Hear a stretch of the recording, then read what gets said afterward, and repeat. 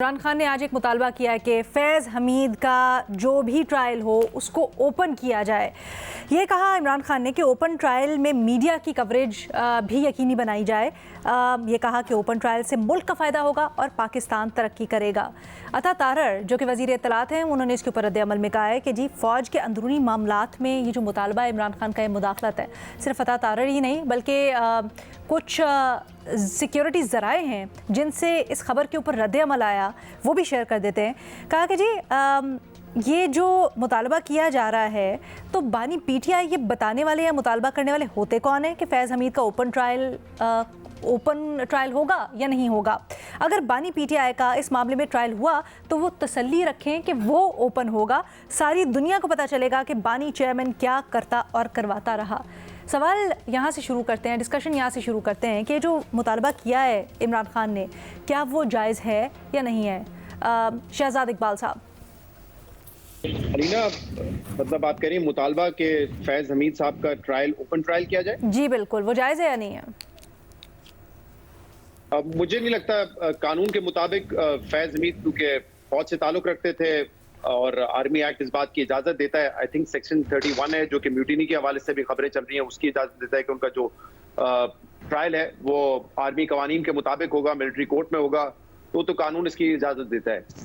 अब उस मुतालबे को अगर आप ये कहें कि नहीं अब इनका ट्रायल आर्मी मिलिट्री कोर्ट में नहीं होगा, सिविल अदालत में किया जाए, तो मेरे ख्याल से ये तो मुमकिन नहीं है। तो इस हवाले से तो मुतालबा उनका दुरुस्त नहीं है। जहां तक जो सिक्योरिटी जराए से बयान सामने आया वो मुझे समझ नहीं आया, क्योंकि एक तरफ तो कह रहे हैं कि वो कौन होते हैं मुतालबा करने वाले। मुतालबा तो कोई भी कर सकता है, आप बात माने या ना माने वो अलग बहस है। लेकिन फिर ये कह रहे हैं कि अगर उनका अपना ट्रायल जब ओपन होगा तो सब पता चल जाएगा कि वो क्या क्या करवाते रहे। वो तो कह रहे हैं ओपन ट्रायल करें, वो कह रहे हैं मेरा भी ओपन ट्रायल करें, वो कह रहे हैं मेरा भी आप अडियाला जेल में ना करें, तमाम केसेस का कोर्ट्स में करें ताकि एक्सेस हो तमाम साथियों को। वो तो कह रहे हैं जुडिशल कमीशन का जो है ओपन ट्रायल करें आप 9 मई के हवाले से भी। तो मुझे ये बयान समझ नहीं आया, जो सिक्योरिटी जराए जहां से भी आए मुझे नहीं पता, लेकिन वो कह रहे हैं कि अगर उनका ट्रायल ओपन होगा तो सब पता चल जाएगा कि वो क्या करते रहे, क्या करवाते रहे। वो तो इमरान खान यही मुतालबा कर रहे हैं ना कि ओपन ट्रायल करें।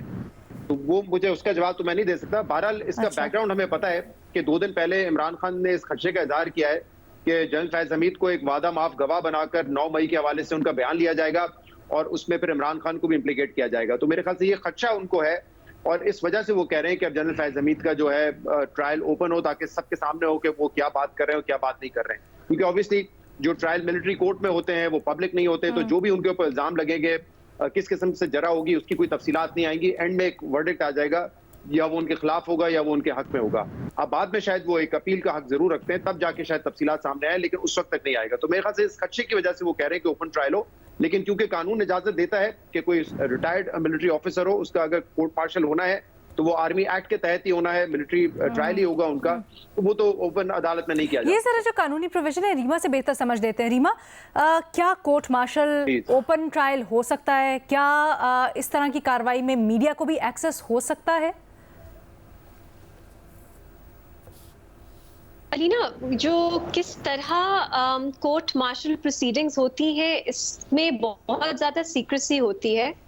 जो आर्मी एक्ट के रूल्स हैं क्या वो इजाज़त देते हैं ओपननेस के नहीं, ये देखना पड़ेगा। मैं इस पे राय नहीं दे सकती, शायद कोई मिलिट्री एक्सपर्ट आपको बता सके कि गुंजाइश है या नहीं।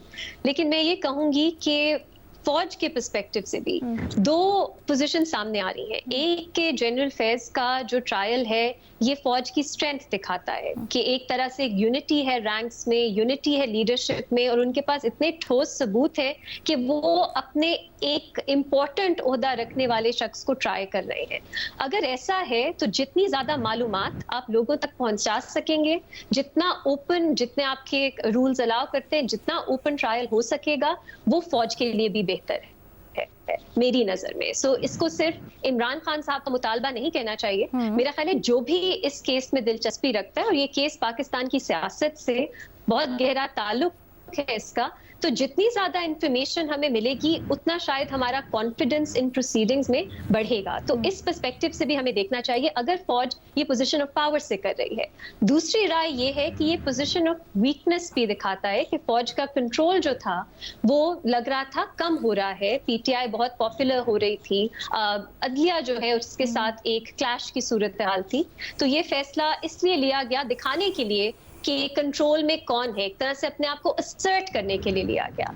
और हमें नहीं मालूम उसमें कितने शवाहिद मौजूद हैं, क्या जो सारी बातें कभी किसी लीक से, कभी किसी जर्नलिस्ट से, कभी किसी रिपोर्टर से बाहर आती है, क्या ये अफवाहें हैं, इसके पीछे एविडेंस कितना ठोस है। अगर ये एक तरह से इस तरह की पोजीशन है तो शायद फौज नहीं चाहेगी कि ये ओपन प्रोसीडिंग्स हो और लोगों तक मालूमात आए। तो फिर क्योंकि फिर आपके सवाल के जवाब मिलने की जगह आपके और मजीद सवाल बढ़ेंगे।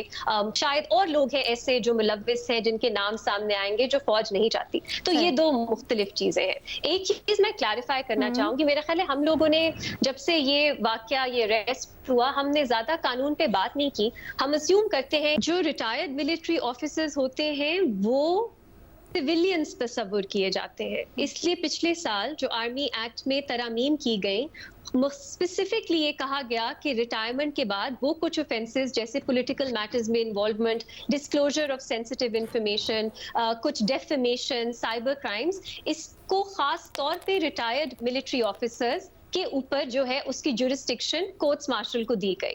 बाकी जो कवानीन है उसमें 2-3 दिलचस्प बातें हैं। पहली तो ये है कि आपकी रिटायरमेंट के 6 महीने तक आपका कोर्ट मार्शल हो सकता है, 6 महीने के बाद नहीं हो सकता। इस केस में जनरल फैज को रिटायर हुए 6 महीने से तो ज्यादा हो गए हैं। दूसरा, इसकी जो एक्सेप्शंस हैं वो लिमिटेड है। एक्सेप्शंस में एक तो आती है म्यूटिनी की जो हमने बात की, लेकिन अगर आपने इंसाइटमेंट टू म्यूटिनी की है वो जब आप सर्विंग थे तब आपने करनी थी।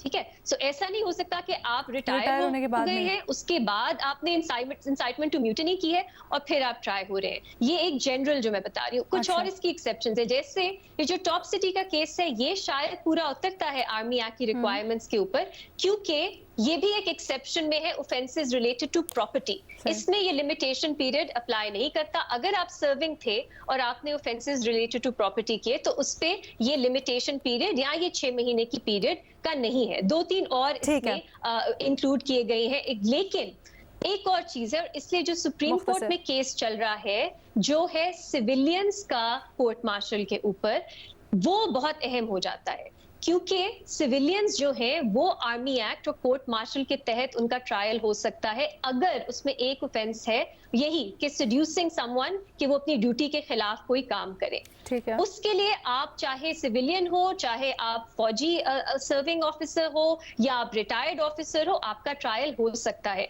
लेकिन अगर आपने इस रास्ते से उन्हें ट्राई करना है तो फिर सुप्रीम कोर्ट का या जो स्टे ऑर्डर एक तरह से फाइनल डिसीजंस पे है वो खत्म होना होगा, या सुप्रीम कोर्ट को अपनी अपील जो सुप्रीम कोर्ट का पहला फैसला है उसे ओवरटर्न करना होगा। तो मेरा ख्याल है इस सिचुएशन में वो केस बहुत अहम हो जाता है अगर आपने कोर्ट मार्शल करना है रिटायरमेंट के बाद इंसाइटमेंट टू म्यूटिनी के लिए।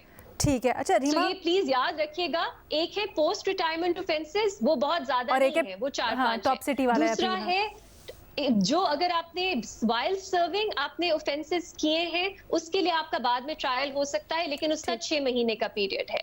तीसरा, उसकी भी एक्सेप्शंस है, जैसे कि टॉप सिटी का केस है ऑफेंसेस रिलेटेड टू प्रॉपर्टी, लेकिन ऑफेंस वाइल यूर सर्विंग वो होगा अगर सर्विंग रिटायरमेंट के बाद आपने किया। फिर सिविलियंस वाला जो मामला है इंसाइटमेंट टू म्यूटिनी में या seducing someone against their duties, वो अप्लाई करेगा। उसमें सुप्रीम कोर्ट वाला केस जो है मेरी नजर में अहम हो जाता है। ओके, अच्छा ये जरा जल्दी से क्लियर कर दीजिएगा, उसका आवाज सही नहीं आ रही थी।